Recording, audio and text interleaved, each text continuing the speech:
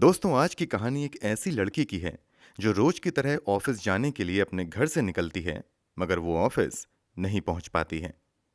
50 दिनों की पुलिस की जांच के बाद भी पुलिस को लड़की का कोई सुराग नहीं मिलता है। मगर फिर एक दिन पुलिस वालों को जांच के क्रम में एक गाड़ी के अंदर एक बूंद खून बरामद होता है। और इस एक बूंद खून से पुलिस को गायब हुई लड़की से जुड़े सभी सवालों के जवाब मिल जाते हैं। तो आखिर कैसे एक बूंद खून से गायब हुई लड़की के रहस्य का खुलासा होता है? जानने के लिए इस वीडियो में आखिर तक बने रहें।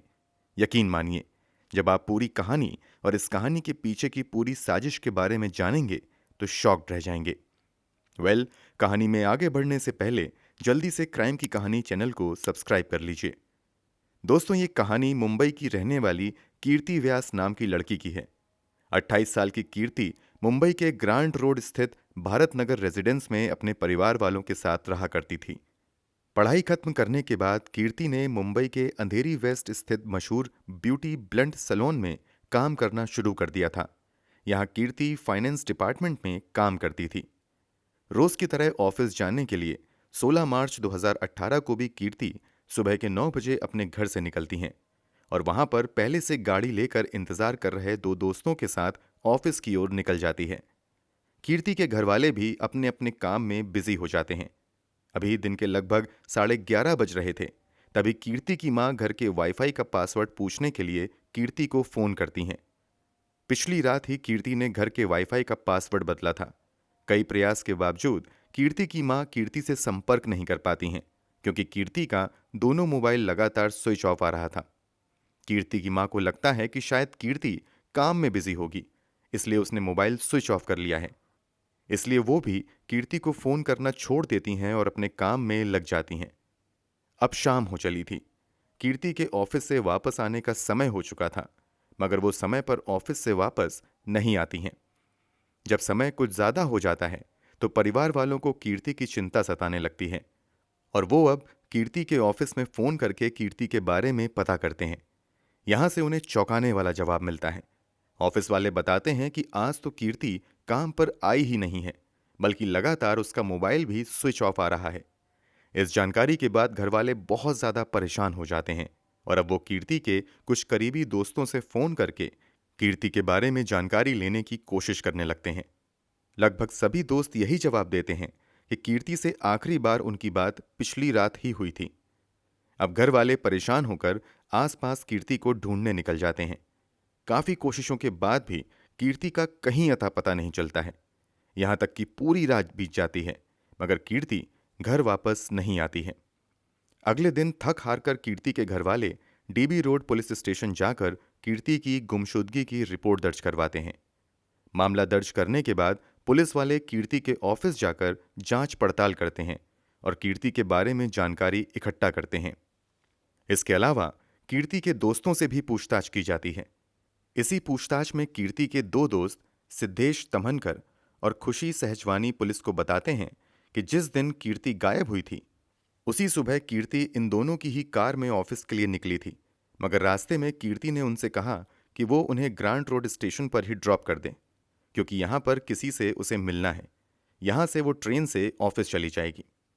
इन दोनों दोस्तों के बयान की पुष्टि करने के लिए पुलिस वाले अब कीर्ति के घर के बाहर लगे सीसीटीवी फुटेज को खंगालना शुरू करते हैं। तो सीसीटीवी में साफ नजर आता है कि 9 बजे के आसपास 16 मार्च 2018 की सुबह कीर्ति अपने घर से उतरती है। वहां से देश और खुशी पहले से अपनी कार लिए खड़े थे। इसी कार में कीर्ति बैठती है और फिर कार आगे की तरफ बढ़ जाती है। क्योंकि आखिरी बार कीर्ति को सिद्धेश तमनकर और खुशी सहजवानी के साथ देखा गया था, इसलिए पुलिस इन दोनों को इन्वेस्टिगेशन टीम का हिस्सा बनने को कहते हैं और इन दोनों से कीर्ति से जुड़ी छोटी से छोटी जानकारी और 16 मार्च 2018 को घटित एक एक चीज बताने को कहते हैं। ये दोनों पुलिस की जांच में पूरा सहयोग करते हैं। क्योंकि कीर्ति को आखिरी बार सिद्धेश और खुशी के साथ ही देखा गया था, इसलिए लोगों को शक होता है कि शायद इन दोनों ने ही कीर्ति के साथ कुछ गलत किया है। मगर कई दिनों की पुलिसिया जांच में ये दोनों बेगुनाह पाए जाते हैं। इतना ही नहीं, सिद्धेश और खुशी लगातार पुलिस को जांच में सहयोग भी करते रहते हैं। इसके अलावा दोनों फेसबुक और ट्विटर जैसे प्लेटफॉर्म पर कीर्ति को खोजने के संबंध में कैंपेन भी चलाते हैं। कुल मिलाकर पुलिस की नज़र में दो सस्पेक्ट थे और अब दोनों ही बेगुनाह साबित हो चुके थे। पुलिस के सामने अब चुनौती ये थी कि दिन बीतते जा रहे थे मगर कीर्ति का कहीं भी अता पता नहीं चल रहा था। ये मामला धीरे धीरे देश भर में तूल भी पकड़ने लगा था, क्योंकि कीर्ति जिस बी ब्लंट सैलून में काम किया करती थी वो मशहूर बॉलीवुड एक्टर फरहान अख्तर की एक्स वाइफ का ही था। जब कीर्ति का कुछ दिनों तक कुछ अता पता नहीं चलता है तो कीर्ति के दोस्तों और ऑफिस वालों के अलावा फरहान अख्तर खुद भी ट्विटर पर लोगों से कीर्ति को ढूंढने में मदद करने की अपील करते हैं। लगभग वीआईपी बन चुके इस केस को सुलझाने में कई दिनों तक जब पुलिस नाकाम रहती है तो मामला अब मुंबई क्राइम ब्रांच के हवाले कर दिया जाता है। 5 अप्रैल 2018 को क्राइम ब्रांच कीर्ति व्यास की गुमशुदगी का केस अपने हाथों में ले लेती है और जांच शुरू करती है।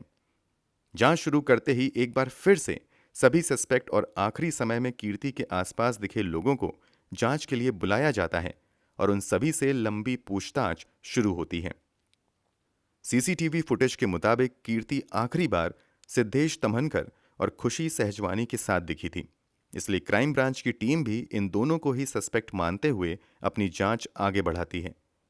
क्राइम ब्रांच के सामने भी सिद्धेश तमनकर और खुशी सहजवानी कहते हैं कि सुबह 9 बजे के आसपास इन दोनों ने अपनी कार में कीर्ति को लिफ्ट दी थी और वो उन्हें लेकर ऑफिस की तरफ बढ़ रहे थे, मगर ग्रांट रोड स्टेशन के करीब पहुंचकर कीर्ति कार से उतर गई थी। इस दावे की पुष्टि के लिए कीर्ति के घर के बाहर लगे सीसीटीवी फुटेज की जांच पहले ही हो चुकी थी, मगर जैसा कि इन दोनों ने कहा था कि उन्होंने कीर्ति को ग्रांट रोड स्टेशन के करीब ड्रॉप किया था, वहां की सीसीटीवी फुटेज की जांच पहले नहीं हुई थी। इसलिए क्राइम ब्रांच की एक टीम तत्काल ही स्टेशन के आसपास लगे सीसीटीवी फुटेज को खंगालना शुरू करते हैं। इसके अलावा सिद्धेश तमनकर और खुशी सहजवानी की कार में भी सीसीटीवी लगा हुआ था, उसके भी फुटेज की जांच शुरू होती है। यहां कुछ चौंका देने वाला खुलासा होता है। ना तो खुशी, सिद्धेश और ना ही कीर्ति स्टेशन के आसपास या स्टेशन पर लगे किसी सीसीटीवी में कैद होती हैं और ना ही सिद्धेश तमनकर की कार में लगे सीसीटीवी से इन दोनों के 16 मार्च 2018 को स्टेशन की तरफ जाने की पुष्टि होती है। जब इस बारे में सिद्धेश और खुशी से पूछा जाता है कि तुमने तो बताया था कि तुम दोनों ने कीर्ति को ग्रांट रोड स्टेशन पर ड्रॉप किया था, जबकि सीसीटीवी के मुताबिक तुम लोग वहां गए ही नहीं थे, तो इस पर सिद्धेश और खुशी पुलिस वालों से कहते हैं कि दरअसल पहले कीर्ति ने उनसे कहा था कि मुझे स्टेशन तक छोड़ दो, मगर रास्ते में कीर्ति ने नवजीवन सोसाइटी के पास ही उतरने के लिए कह दिया। इस कारण वो ग्रांट रोड स्टेशन तक नहीं पहुंच पाए।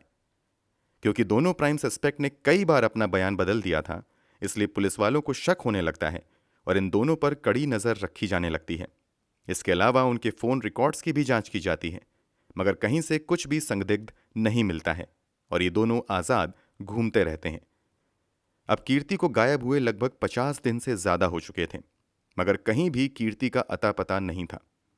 ऐसा लगने लगा था कि शायद कीर्ति के बारे में कहीं कुछ पता नहीं चलेगा, मगर तभी पुलिस को एक ऐसी फॉरेंसिक रिपोर्ट मिलती है जिससे केस का पूरा रुख ही बदल जाता है। दरअसल जिस कार से आखिरी बार यानी 16 मार्च 2018 को कीर्ति, सिद्धेश और खुशी सहजवानी ऑफिस की ओर निकलते थे, उस कार को शुरू में ही पुलिस वाले फॉरेंसिक जांच के लिए फॉरेंसिक लैब में भेज देते हैं। जब फॉरेंसिक लैब की रिपोर्ट आती है तो उसमें कहा जाता है कि कार की डिक्की में से खून की एक बूंद बरामद की गई थी। जब इस एक बूंद खून का डीएनए टेस्ट किया गया और इसका मिलन कीर्ति के माता पिता के सैंपल से किया गया तो दोनों मैच कर गया। मतलब कि उस कार में मौजूद एक बूंद खून कीर्ति का था। कार में कीर्ति के एक बूंद खून की मौजूदगी अब बहुत कुछ इशारा कर रही थी।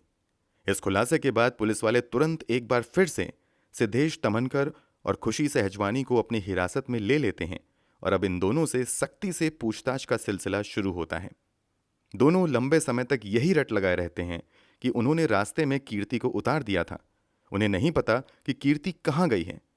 मगर जब पुलिस वाले कार की डिक्की में मौजूद कीर्ति के खून के एक कतरे के बारे में पूछते हैं तो सिद्धेश तमनकर और खुशी सहजवानी कोई सटीक जवाब नहीं दे पाते हैं और फिर एक समय बाद पुलिस की कड़ाई के सामने टूटकर सच्चाई उगलना शुरू कर देते हैं। ये सच्चाई रूह कपा देने वाली थी।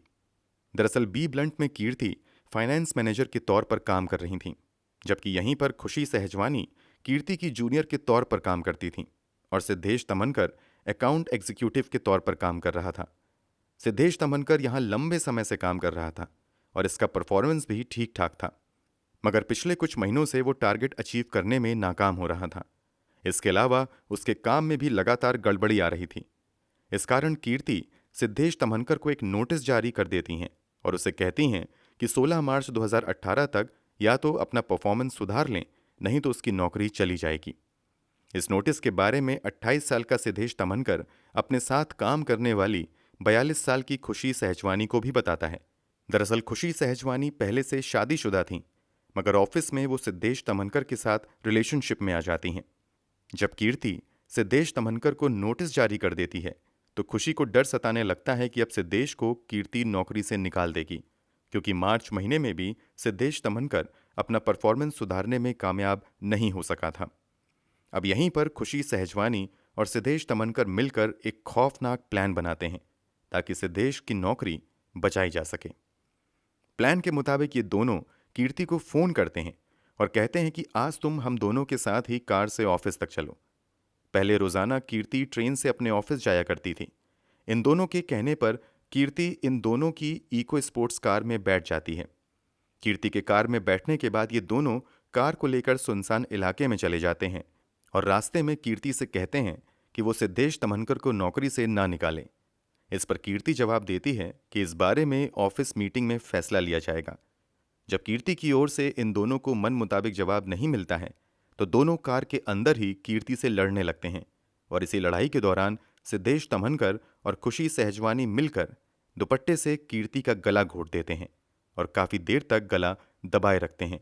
इस कारण कार के अंदर ही कीर्ति की मौत हो जाती है। कीर्ति की मौत होने के बाद ये दोनों अब लाश को ठिकाने लगाने के प्लान में लग जाते हैं, मगर सब कुछ नॉर्मल लगे इसलिए ये दोनों कार के शीशे को सनरूफ से ढक देते हैं और कीर्ति की लाश को कार के अंदर ही छोड़कर ऑफिस चले जाते हैं। फिर वहां से वापस आकर कार को एक सुनसान इलाके में ले जाते हैं और पहले तो कार के अंदर ही कीर्ति के शव को 3 टुकड़ों में काटते हैं और फिर तीनों टुकड़ों को अलग अलग जगह पर फेंक देते हैं। और फिर ये दोनों लाश को ठिकाने लगाने के बाद पास के ही एक कार वॉशिंग सेंटर में जाते हैं और अपनी कार की अच्छे से अंदर बाहर सफाई करवाते हैं। यहां से ये दोनों कीर्ति के घर जाते हैं और उसके परिवार वालों के साथ मिलकर कीर्ति को खोजने का नाटक करने लगते हैं। किसी को शक ना हो इसलिए सिद्धेश और खुशी ऑनलाइन कीर्ति को ढूंढने के लिए कैंपेन भी चलाते हैं और खुद ही चलकर पुलिस तक भी जाते हैं ताकि पुलिस को भी इन पर किसी तरीके का कोई शक ना हो। कार की धुलाई करवाने के बाद इन दोनों को लगता है कि वो कभी नहीं पकड़े जाएंगे, मगर किस्मत से कार धोने वाला कार की डिक्की की अच्छे से सफाई करने में नाकाम रह जाता है और कीर्ति की खून की एक बूंद कार की डिक्की में रह जाती है और इसी एक बूंद से पूरे मामले का खुलासा हो जाता है। इस पूरे खुलासे के बाद सिद्धेश तमनकर और खुशी सहजवानी पर किडनैपिंग, पुलिस को गुमराह करने, सबूत मिटाने, हत्या करने जैसे गंभीर धाराओं के तहत मामला दर्ज किया जाता है और गिरफ्तार करके जेल भेज दिया जाता है। फिलहाल इस केस की स्थिति के बारे में बात करें तो बेल पर खुशी सहजवानी जेल से बाहर आ चुकी हैं, जबकि सिद्धेश तमनकर अभी भी जेल में हैं। वहीं पुलिस आज तक कीर्ति के लाश के टुकड़ों को बरामद नहीं कर पाई है। दोस्तों, इनके किए की सजा तो इन दोनों को अदालत में मिल जाएगी, मगर आपके अनुसार सिद्धेश तमनकर और खुशी सहजवानी को क्या सजा मिलनी चाहिए, कमेंट बॉक्स में ज़रूर बताएं। अगर आपको हमारी मेहनत पसंद आई हो तो इस वीडियो को लाइक करते हुए शेयर भी करें। जाने से पहले क्राइम की कहानी चैनल को सब्सक्राइब ज़रूर कर लें। लगातार ऐसी ही कहानियों के लिए हमारे साथ जुड़े रहें। धन्यवाद।